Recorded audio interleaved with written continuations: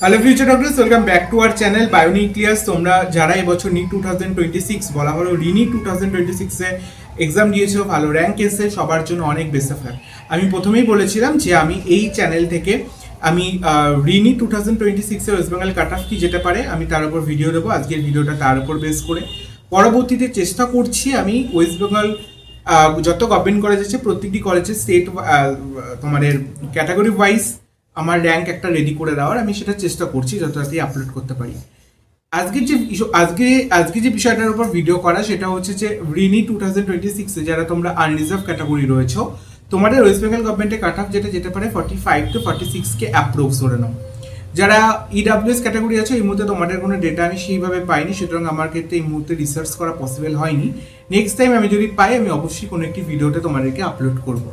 Number 3, যারা OBC রয়েছে, ওবিসির জন্য 55 to 54K 55 to 56K around এরকমই যাবে অ্যাপ্রক্স।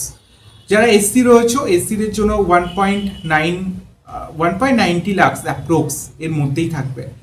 ইভেন যারা এসটি রয়েছে তাদের জন্য ধরে নাও 5.3 to 5.4 লাখ অ্যাপ্রক্স এরকমই যাবে, হয়তো একটু বাড়তে পারে, এটার ক্ষেত্রে কমবে না। সুতরাং এটাই তোমাদের কাট অফ রয়েছে এবছর। আমি মনে করি না যে ওয়েস্ট বেঙ্গল স্টেট র্যাঙ্ক বেরোনোর পরে হেল অ্যান্ড হেভেন ডিফারেন্স কিছু হবে, 19-20 একটু হয়তো ডিফারেন্স হতে পারে।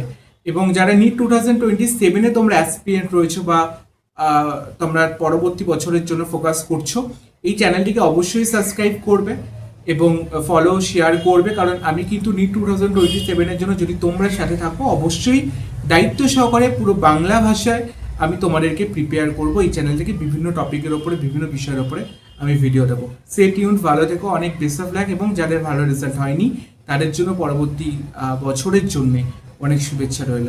Thank you.